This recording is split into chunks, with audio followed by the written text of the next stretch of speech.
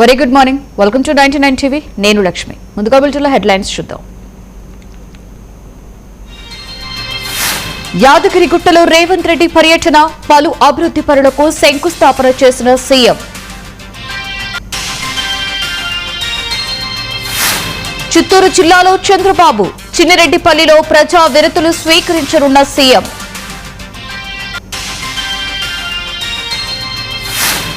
నేడు తెలంగాణ కేబినెట్ సమావేశం, పలు కీలక అంశాలపై చర్చ.